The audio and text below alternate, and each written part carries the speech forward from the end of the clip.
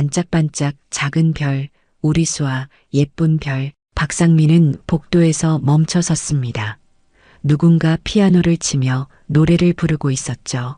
그런데 그 노래는 시중에 나온 적이 없는 노래였습니다. 31년 전 아내 한지영이 딸을 위해 직접 만든 자장가. 오직 우리 가족만 알던 그 노래를 어떻게 가정부 이미선이 알고 있단 말입니까? 박상민의 심장이 미친 듯이 뛰기 시작했습니다. 혹시, 정말 혹시, 그 전에 잠깐 이 영상이 마음에 드셨다면 구독과 좋아요 부탁드립니다. 그럼 지금부터 시작되는 이야기 속으로 함께 들어가 볼까요? 새벽 4시, 박상민은 악몽에서 깨어났습니다. 아빠, 아빠 어디 가요? 딸 수아의 목소리가 귓가에 맴돌았죠. 온몸이 식은 땀으로 젖어 있었습니다. 또 그 꿈이었습니다. 31년째 반복되는 악몽, 딸을 찾지 못하는 그 꿈 말이죠. 박상민은 침대에서 일어나 물을 마시려고 손을 뻗었지만 컵이 보이지 않았습니다. 회장님, 괜찮으십니까? 문 밖에서 이미선의 목소리가 들렸습니다. 박상민은 대답 대신 물 한 잔을 달라고 했죠. 이미선이 조심스럽게 문을 열고 들어왔습니다. 물을 건네며 이미선이 말했습니다. 저도 어릴 적 비슷한 꿈을 자주 꿨습니다. 누군가를 찾아 헤매는 꿈이요. 박상민의 손이 멈췄습니다. 어떤 꿈이었습니까? 잘 기억은 안 나지만 남자 목소리가 제 이름을 부르는 꿈이었죠. 이름을 박상민이 물었습니다. 수아라고 그렇게 부르더군요. 컵이 박상민의 손에서 떨어졌습니다. 수아, 31년 전 사라진 딸의 이름이었죠. 박상민은 깨진 유리컵 조각을 멍하니 바라보고 있었습니다. 이미선은 당황한 표정으로 수건을 가지러 나갔죠. 혼자 남은 박상민의 머릿속은 혼란스러웠습니다. 수아라는 이름, 그 이름을 어떻게 알고 있단 말입니까? 31년 전 일이 파노라마처럼 펼쳐졌습니다. 1993년 가을, 단풍이 아름답게 물들던 그날이었죠. 박상민은 6살 딸 수아를 치매를 앓고 있던 어머니 박영숙에게 잠깐 맡겼었습니다. 급한 은행 업무가 있어서였죠. 어머니, 1시간만 다녀올게요. 수아 좀 봐주세요. 어머니는 고개를 끄덕였지만 이미 눈빛이 흐려져 있었습니다. 그때 알았어야 했죠. 치매가 얼마나 빠르게 진행되고 있었는지를 말입니다. 1시간 반 뒤 돌아왔을 때 어머니는 혼자 거실에 앉아 계셨습니다. 어머니, 수아는 어디 있습니까? 수아, 수아가 누구니? 그 순간 박상민의 세상이 무너졌죠. 집 안을 샅샅이 뒤졌고 동네를 헤매고 다녔습니다. 경찰에 신고했고 온 가족이 며칠 밤을 새워가며 찾아다녔습니다. 하지만 수아는 흔적도 없이 사라진 뒤였죠. 그날 이후 박상민의 삶은 완전히 무너져 내렸습니다. 아내 한지영은 박상민을 원망했습니다. 당신이 어머니한테 맡기지만 않았어도 당신이 조금만 더 신경 썼더라면. 매일 밤 한지영의 울음소리가 집안을 가득 메웠죠. 박상민은 아무 말도 할 수 없었습니다. 모든 게 자신의 잘못이었으니까요. 결국 3년 뒤 두 사람은 이혼했습니다. 서로를 볼 때마다 수아가 떠올랐고 그 고통을 견딜 수가 없었던 겁니다. 어머니 박영숙은 그로부터 2년 뒤 요양원에서 조용히 눈을 감으셨습니다. 끝까지 손녀 수아를 기억하지 못한 채로 말이죠. 박상민은 그 후 31년을 혼자 살아왔습니다. 사업은 번창했고 재산은 불어났지만 그 무엇도 마음의 빈자리를 채워주지 못했습니다. 서울 외곽 언덕에 자리한 박상민의 대저택은 언제나 고요했습니다. 넓은 정원과 고급스러운 가구들이 있었지만 그 어디에도 사람의 온기는 없었죠. 박상민은 매일 똑같은 일상을 반복했습니다. 새벽에 일어나 회사로 향하고 밤늦게 집으로 돌아오는 삶이었죠. 주말에도 혼자였습니다. 가끔 오는 가정부가 집안일을 하는 동안 박상민은 서재에 틀어박혀 있곤 했습니다. 하지만 유독 한 가지만은 피할 수 없었죠. 라디오에서 흘러나오는 동요, 특히 작은 별이라는 노래가 나올 때면 박상민은 모든 일을 멈추곤 했습니다. 31년 전 수아에게 자주 불러주던 노래였기 때문입니다. 반짝반짝 작은 별, 우리 수아 예쁜 별 가사를 조금 바꿔서 수아만을 위한 노래로 만들었었죠. 그 노래가 들릴 때마다 박상민의 가슴은 찢어지는 듯 아팠습니다. 석 달 전 이미선이 가정부로 들어왔을 때 박상민은 별 관심이 없었습니다. 40대 중반쯤으로 보이는 차분한 여인이었죠. 말수가 적고 일을 꼼꼼하게 처리했습니다. 박상민은 그저 그런가 보다 했습니다. 하지만 오늘 밤 일어난 일은 달랐습니다. 수아라는 이름, 이미선이 꿈에서 들었다는 그 이름 말이죠. 설마 그럴 리가 없어. 박상민은 고개를 저었습니다. 세상에 수아라는 이름을 가진 사람이 얼마나 많겠습니까? 그저 우연일 뿐이라고 자신을 달랬습니다. 하지만 마음 한편에선 작은 희망이 싹트고 있었죠. 혹시, 정말 혹시 말입니다. 창밖으로 동이 트고 있었습니다. 박상민은 침대에 앉은 채 밤을 새웠습니다. 옆방에서는 이미선이 자고 있을 겁니다. 박상민은 천천히 일어나 서재로 향했죠. 책장 뒤에 숨겨둔 낡은 상자를 꺼냈습니다. 31년 전 수아의 물건들이 담긴 상자였죠. 작은 운동화, 분홍색 원피스, 머리핀, 그리고 사진들이 있었습니다. 박상민은 떨리는 손으로 사진을 집어들었습니다. 환하게 웃고 있는 수아의 모습이 거기 있었죠. 미안하다. 아빠가 정말 미안해. 박상민의 눈에서 눈물이 주르륵 흘러내렸습니다. 일주일이 흘렀습니다. 박상민은 이미선을 조심스럽게 관찰하기 시작했죠. 물론 티나지 않게 자연스럽게 말입니다. 이미선은 여전히 말수가 적었고 자신의 일에만 집중했습니다. 아침 일찍 출근해서 집안 구석구석을 깨끗이 정리했고 저녁 식사 준비까지 완벽하게 해냈죠. 박상민은 그런 이미선의 모습을 복도 끝에서 지켜보곤 했습니다. 이상한 행동이군 스스로도 인정했습니다. 하지만 멈출 수가 없었죠. 수아라는 이름이 계속 머릿속을 맴돌았으니까요. 그날도 평소와 다르지 않은 하루였습니다. 박상민은 오전 회의를 마치고 점심 약속을 취소했습니다. 이유 없이 집에 가고 싶었죠. 운전기사도 없이 직접 차를 몰고 집으로 향했습니다. 평소보다 3시간이나 일찍 도착한 시각이었습니다. 대문을 열고 들어서는데 묘한 기분이 들었죠. 뭔가 달랐습니다. 공기가, 아니 분위기가 달랐습니다. 박상민은 천천히 현관문을 열었습니다. 바로 그 순간이었습니다. 희미하게 들려오는 피아노 선율이 박상민의 발걸음을 멈추게 했죠. 누군가 피아노를 치고 있었습니다. 응접실에 있는 오래된 그랜드 피아노였습니다. 32년 넘게 아무도 건드리지 않았던 악기였죠. 박상민은 숨을 죽이고 소리가 나는 쪽으로 천천히 다가갔습니다. 복도를 지나 응접실 문 앞에 섰을 때 노랫소리가 들렸습니다. 반짝반짝 작은 별 아름답게 비추네. 박상민의 심장이 크게 요동쳤습니다. 그 노래, 바로 그 노래였죠. 손이 심하게 떨렸습니다. 문손잡이를 잡았지만 돌릴 수가 없었습니다. 박상민은 문틈으로 안을 들여다봤죠. 이미선이 피아노 앞에 앉아 있었습니다. 이미선의 손가락이 건반 위를 부드럽게 움직였고 입에서는 맑은 노랫소리가 흘러나왔습니다. 동쪽 하늘에서도 서쪽 하늘에서도 박상민은 벽에 등을 기댔습니다. 다리에 힘이 풀렸죠. 그 노래는 평범한 동요가 아니었습니다.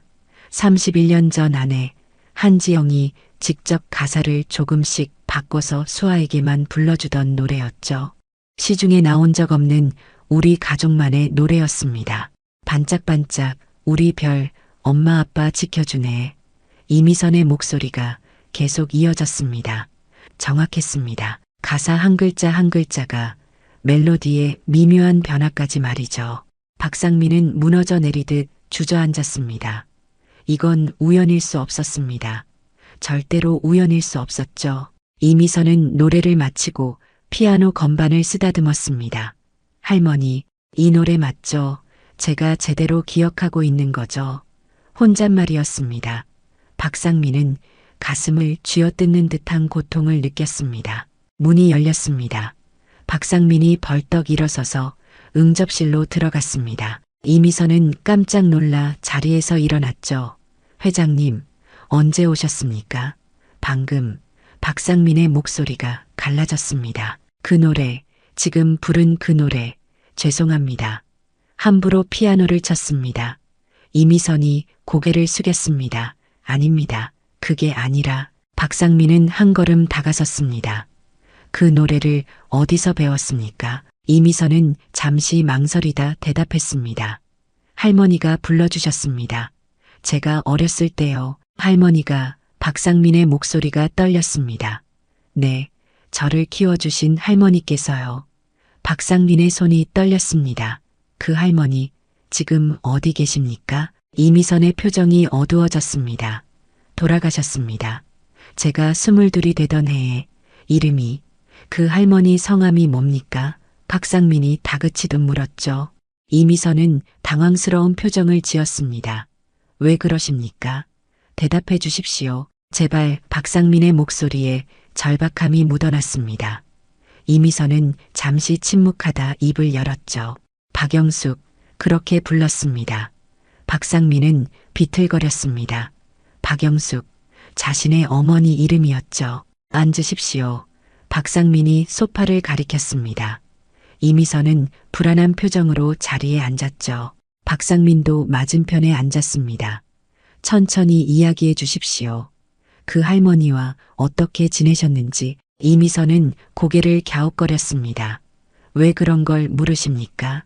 중요한 일입니다. 제발 부탁드립니다. 박상민의 눈빛이 간절했죠. 이미선은 한숨을 쉬고는 이야기를 시작했습니다. 기억이 별로 없습니다. 제가 5, 6살 때부터 할머니 손에서 자랐으니까요. 그 전 기억은. 박상민이 물었습니다. 없습니다. 전혀. 이미선의 목소리가 낮아졌습니다. 박상민은 숨을 깊이 들이마셨습니다. 심장이 터질 듯 뛰었죠. 할머니가 뭐라고 하셨습니까? 당신에 대해서 별 말씀 없으셨습니다. 그냥 우리 손녀라고만.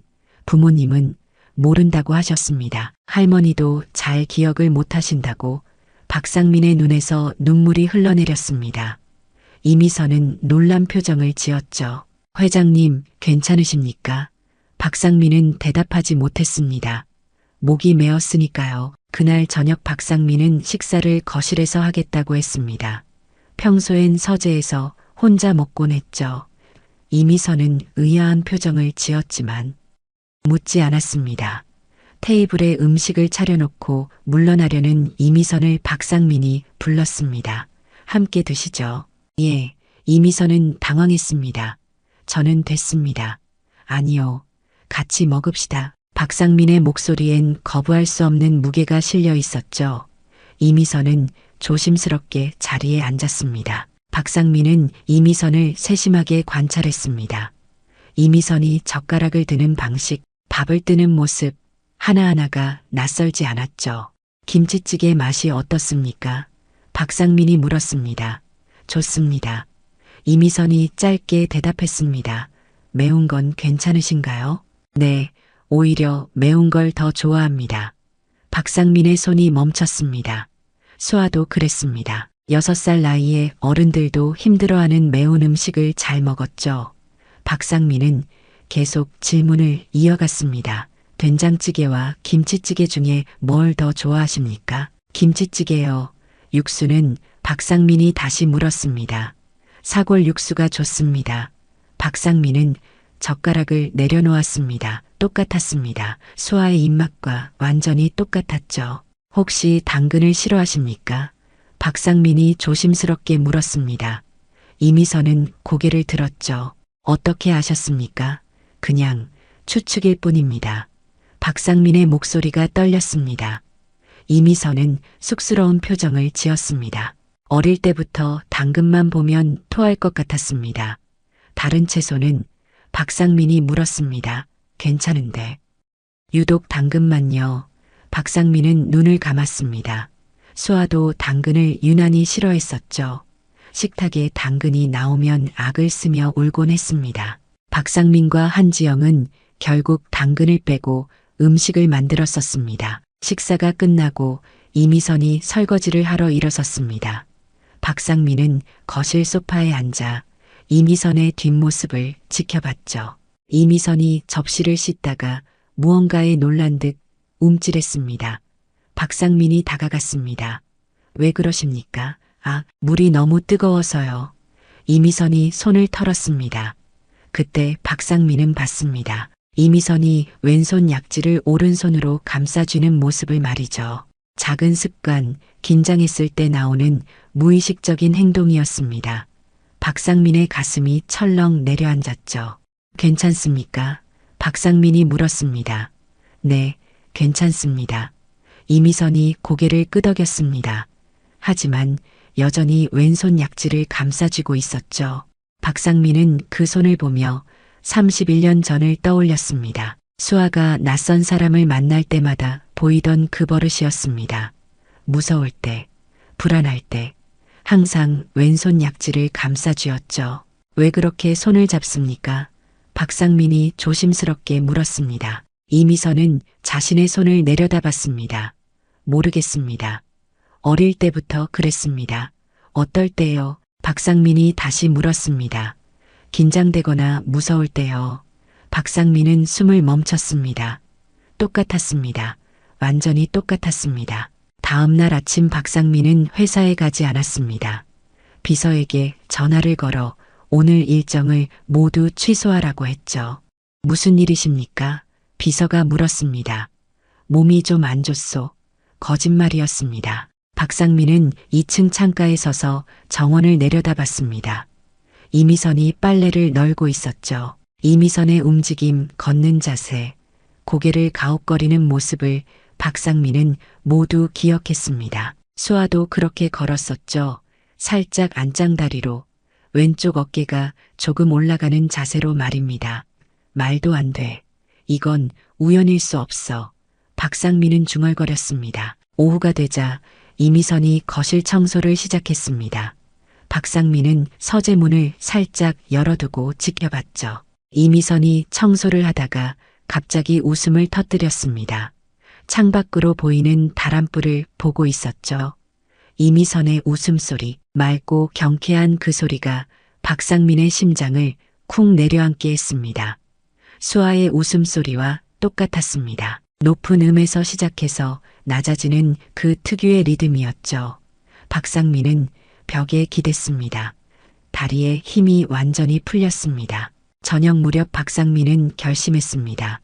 더 이상 혼자 고민할 수 없었죠. 이미선을 불렀습니다. 잠깐 이야기 좀 합시다. 무슨 일이십니까? 이미선이 앞치마를 벗으며 물었습니다. 박상민은 소파에 앉으라고 손짓했죠. 두 사람은 마주 앉았습니다. 박상민은 한참을 입을 열지 못했습니다. 무슨 말부터 해야 할지 몰랐죠. 저에게 딸이 있었습니다. 박상민이 드디어 입을 열었습니다. 31년 전에 잃어버렸습니다. 이미선은 놀란 표정을 지었습니다. 6살이었습니다. 치매를 앓던 제 어머니와 함께 있다가 실종됐죠. 박상민의 목소리가 떨렸습니다. 그 뒤로 지금까지 찾지 못했습니다. 이미선은 조용히 듣고 있었습니다. 제 어머니, 박영숙 할머니 말입니다. 박상민이 이미선을 똑바로 바라봤습니다. 그분이 제 어머니입니다. 이미선의 얼굴이 하얗게 질렸죠. 그게 무슨, 당신이 어릴 때 함께 살았던 할머니가 제 어머니라는 겁니다. 박상민의 눈에서 눈물이 흘러내렸습니다. 그리고 혹시 당신이 말을 잇지 못했습니다. 이미선은 고개를 저었습니다. 아닙니다. 그럴 리 없습니다. 하지만 우연입니다. 그냥 우연일 뿐입니다. 이미선이 자리에서 일어났죠. 박상민은 이미선의 손을 잡았습니다. 제발 한 가지만 해줍시다. 뭡니까? 검사를. 박상민의 목소리가 간절했습니다. DNA 검사를 해봅시다. 이미선은 손을 뿌리쳤습니다. 안 됩니다. 왜 안 됩니까? 박상민이 물었습니다. 저는 그냥 평범한 가정부입니다. 회장님의 딸이 아닙니다. 이미선의 목소리가 높아졌죠. 하지만 할머니가 많은 사람들이 박영숙이라는 이름을 가지고 있습니다. 이미선이 뒤로 물러섰습니다. 우연입니다. 그냥 우연일 뿐이에요. 박상민은 일어섰습니다. 노래는요? 그 노래도 우연입니까? 할머니가 어디선가 들어서 배우셨겠죠? 그건 시중에 나온 노래가 아닙니다. 박상민의 목소리가 커졌습니다. 제 아내가 직접 만든 겁니다. 우리 딸만을 위해서요. 이미선은 고개를 저었습니다. 모르겠습니다. 저는 정말 모릅니다. 박상민은 서재로 달려갔습니다. 잠시 후 낡은 상자를 들고 돌아왔죠. 이것 좀 보십시오. 상자를 열자 오래된 물건들이 나왔습니다. 작은 운동화, 분홍색 원피스, 토끼 머리핀이었습니다. 이게 뭡니까? 이미선이 물었습니다. 제 딸 물건들입니다. 박상민이 사진 한 장을 꺼냈습니다. 이게 수아, 제 딸입니다. 사진 속엔 6살 정도의 여자아이가 환하게 웃고 있었죠. 이미선은 사진을 받아들었습니다. 한참을 들여다보더니 손이 떨리기 시작했습니다. 왜 그러십니까? 박상민이 물었습니다. 모르겠습니다. 이 사진이. 이미선의 목소리가 갈라졌습니다. 왠지 낯설지가 않습니다. 박상민은 다른 물건을 꺼냈습니다. 작은 토끼 인형이었죠. 이건 수아가 가장 좋아하던 인형입니다. 토끼. 이미선이 중얼거렸습니다. 저도 어릴 때 토끼 인형이 있었습니다. 기억하십니까? 박상민이 물었습니다. 아니요. 할머니가 말씀해 주셨습니다. 처음 할머니 집에 왔을 때 토끼 인형을 꼭 안고 있었다고. 박상민의 심장이 세차게 뛰었습니다. 그 인형 지금 어디 있습니까? 없어졌습니다. 초등학교 때 잃어버렸어요. 이미선이 고개를 저었죠. 박상민은 인형을 이미선에게 건넸습니다. 만져보십시오. 이미선은 조심스럽게 인형을 받았습니다. 부드러운 촉감, 오래된 솜의 느낌이었죠. 이미선의 손가락이 인형의 귀를 쓰다듬었습니다. 갑자기 눈물이 주르륵 흘러내렸죠. 왜 우는 거죠? 이미선 스스로도 이해할 수 없었습니다. 박상민은 무릎을 꿇고 앉았습니다. 제발 부탁입니다.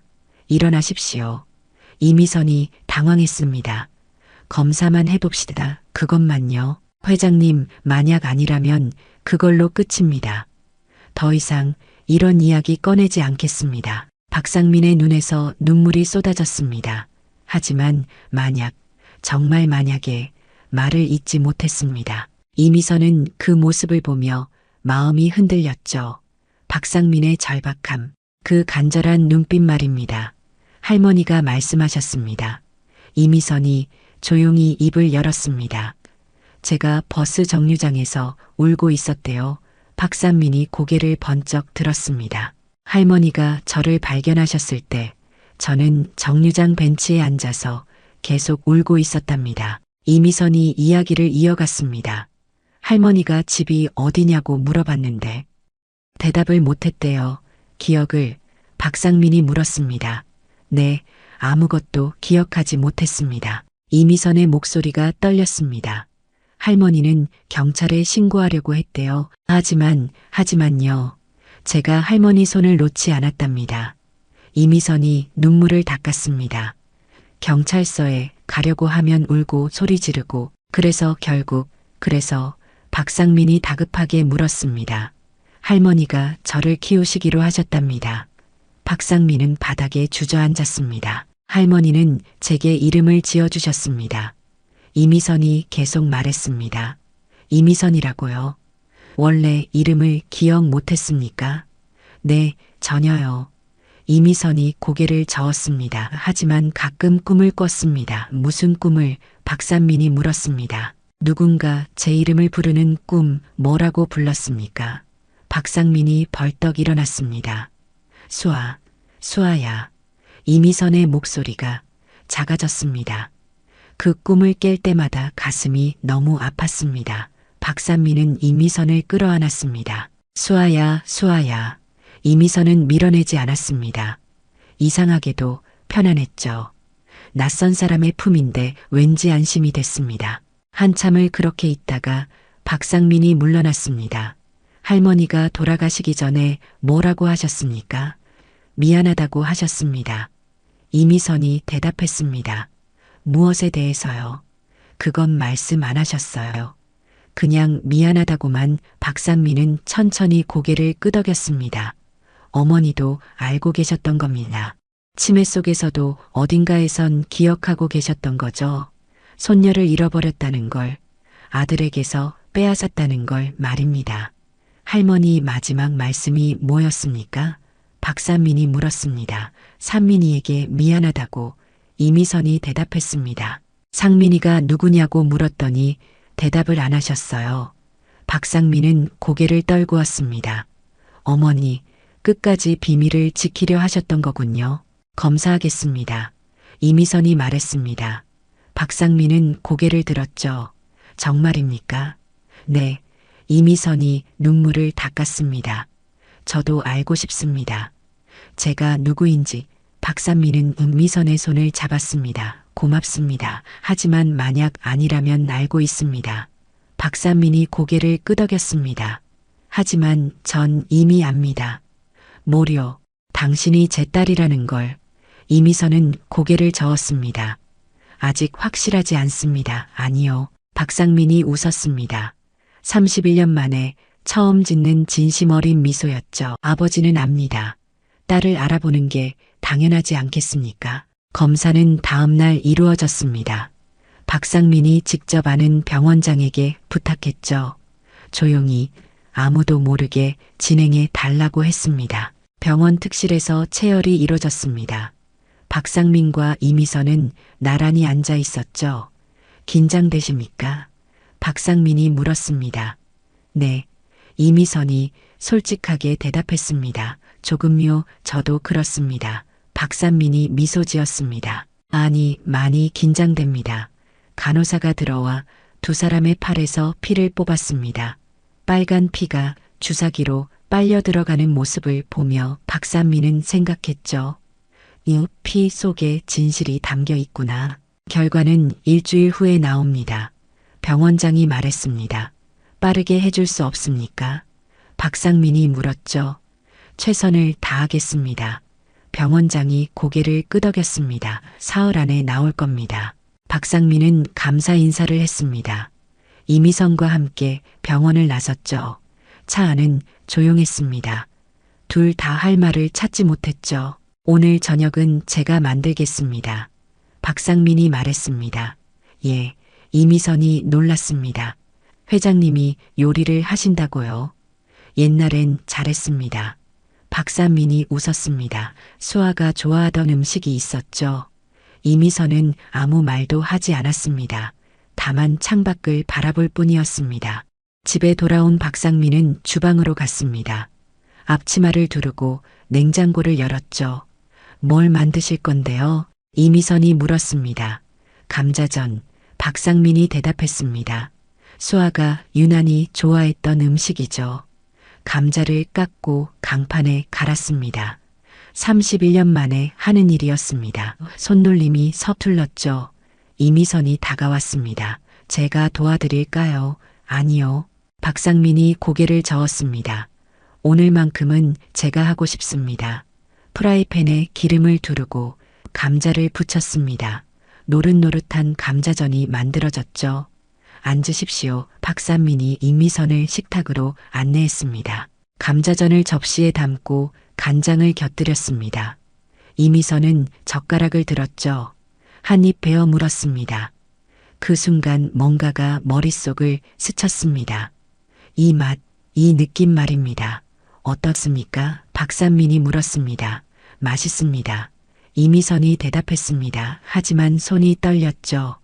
왜 눈물이 나려는 걸까요? 단순한 감자전인데 말입니다. 왜 그러십니까? 박상민이 물었습니다. 모르겠습니다. 이미선이 고개를 저었습니다. 그냥 이 맛이 낯설지 않습니까? 박산민이 조심스럽게 물었죠. 이미선은 고개를 끄덕였습니다. 네, 먹어본 것 같아요. 박상민은 미소 지었습니다. 수아에게 자주 만들어줬습니다. 주말마다요. 두 사람은 말없이 식사를 계속했습니다. 다음 날부터 묘한 동거가 시작됐습니다. 박상민은 회사에 가지 않았죠. 비서에게 한 달 휴가를 낸다고 통보했습니다. 무슨 일이십니까? 비서가 놀라 물었습니다. 중요한 일이 생겼소. 박상민이 짧게 대답했습니다. 이미선과 함께 있는 시간이 늘어났습니다. 아침을 같이 먹고 정원을 거닐었죠. 어릴 적 기억나는 게 있습니까? 박상민이 물었습니다. 별로 없습니다. 이미선이 고개를 저었습니다. 다만요. 가끔 꿈을 꿨어요. 이미선이 말을 이었습니다. 넓은 정원이 있는 집 꿈. 박상민의 심장이 뛰었죠.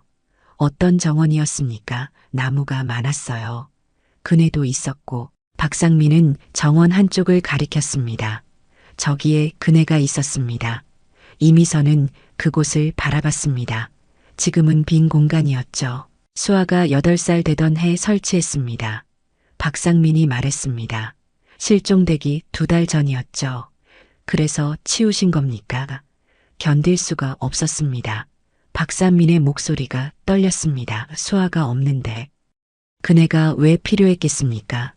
이미선은 그 자리를 한참 바라봤습니다.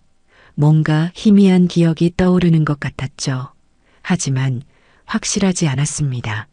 회장님, 네, 만약 제가 정말 따님이라면. 이미선이 조심스럽게 말을 꺼냈습니다. 어떻게 하실 겁니까? 박상민은 이미선을 똑바로 바라봤습니다. 당연하지 않습니까? 뭐가요? 아버지 노릇을 하겠죠. 박상민이 웃었습니다. 31년 동안 못한 걸 다 해주고 싶습니다. 사흘째 되는 날 저녁이었습니다. 두 사람은 거실에서 오래된 앨범을 보고 있었죠. 박상민이 꺼내온 가족 사진들이었습니다. 이게 수아 돌잔치 사진입니다. 박상민이 한 장을 가리켰습니다. 한복을 입혀서 찍었죠.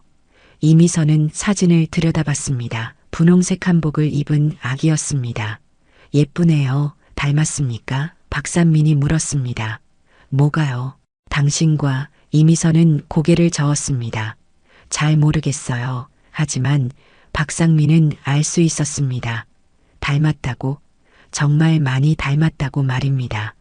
사진 속 아기의 눈, 코, 입 모두 지금의 이미선과 똑같았죠. 이건 내 돌대입니다. 박상민이 다음 사진을 넘겼습니다. 유치원 입학식이고요. 사진마다 환하게 웃고 있는 수아가 있었습니다. 행복해 보입니다. 이미선이 말했습니다. 그랬습니다. 박상민이 고개를 끄덕였습니다. 그때는 모두가 행복했죠. 마지막 사진이 나왔습니다. 실종되기 일주일 전에 찍은 가족 사진이었습니다. 박상민, 한지영, 그리고 수아가 있었죠. 이 사진을 마지막으로 박상민의 목소리가 갈라졌습니다. 더 이상 가족 사진을 찍지 못했습니다. 이미선은 사진 속 세 사람을 바라봤습니다. 가슴 한편이 아려왔죠. 전화벨이 울렸습니다. 박상민이 받았습니다. 병원장이었죠. 결과 나왔습니다. 지금 갈 수 있습니까? 네, 언제든지요. 박상민은 전화를 끊고 이미선을 봤습니다. 결과가 나왔답니다. 이미선의 얼굴이 하얗게 질렸습니다. 지금 가실 겁니까? 그래야 하지 않겠습니까? 박상민이 일어섰습니다. 두려우십니까? 네, 이미선이 솔직하게 대답했습니다. 저도 그렇습니다. 박상민이 손을 내밀었습니다. 같이 갑시다. 이미선은 그 손을 잡았죠. 따뜻했습니다. 병원으로 가는 차 안은 조용했습니다. 박상민과 이미선은 아무 말도 하지 않았죠. 각자의 생각에 잠겨 있었습니다. 박상민은 창밖을 바라보며 지난 31년을 떠올렸습니다. 딸을 잃은 그날, 아내와 이혼한 날, 어머니가 돌아가신 날, 모든 순간이 고통이었죠. 하지만 오늘 이 순간이 모든 걸 바꿀지도 모릅니다. 이미선도 마찬가지였습니다. 지난 40년의 삶이 한순간에 뒤바뀔 수 있다는 사실이 두려웠죠. 할머니라고 불렀던 분이 친할머니였다니, 그리고 자신에게 아버지가 있을지도 모른다니 말입니다. 병원에 도착했습니다. 병원장이 특실에서 기다리고 있었죠. 들어오십시오. 박상민과 이미선이 방으로 들어갔습니다. 책상 위에 하얀 봉투가 놓여 있었습니다.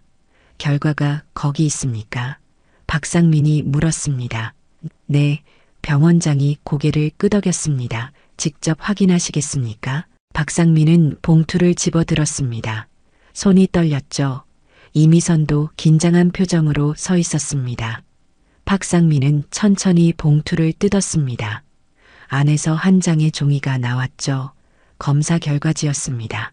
첫 줄에 쓰인 문장을 읽는 순간 박상민의 세상이 멈췄습니다. 친자 확률 99.99%, 생물학적 부녀 관계가 확실함이라고 적혀 있었습니다. 종이가 박상민의 손에서 떨어졌습니다. 회장님, 이미선이 다가왔습니다. 떨어진 종이를 집어들었죠. 그리고 읽었습니다. 99.99% 부녀관계. 이미선의 다리에서 힘이 빠졌습니다. 이게 수아야. 박상민이 이미선을 붙잡았습니다. 수아야, 수아야. 이미선은 박상민을 밀어냈습니다. 아닙니다. 이건 틀렸어요. 수아야, 저는 이미선입니다. 이미선이 소리쳤습니다. 김수아가 아니에요. 하지만 눈물이 쏟아졌죠. 왜 우는지 스스로도 알 수 없었습니다. 박상민은 이미선을 끌어안았습니다. 이번엔 이미선이 저항하지 않았죠. 미안하다. 박상민이 울먹였습니다. 미안해. 수아야, 아빠. 이미선의 입에서 그 단어가 튀어나왔습니다. 무의식적으로, 자연스럽게 말입니다. 아빠 다시 한번 불렀습니다. 이번엔 확신을 가지고 말이죠. 박상민은 더 세게 딸을 안았습니다. 31년간 쌓인 그리움이 한꺼번에 터져 나왔습니다. 정말 미안하다. 아니에요. 이미선이 대답했습니다. 아빠 잘못이 아니에요. 두 사람은 한참을 그렇게 서 있었습니다. 병원장은 조용히 방을 나갔죠. 이 순간을 방해하고 싶지 않았습니다. 한참 후에야 두 사람은 진정했습니다. 박상민이 먼저 물러났죠. 할 이야기가 많습니다. 네, 이미선이 고개를 끄덕였습니다. 저도요. 집으로 갑시다. 박상민이 이미선의 손을 잡았습니다.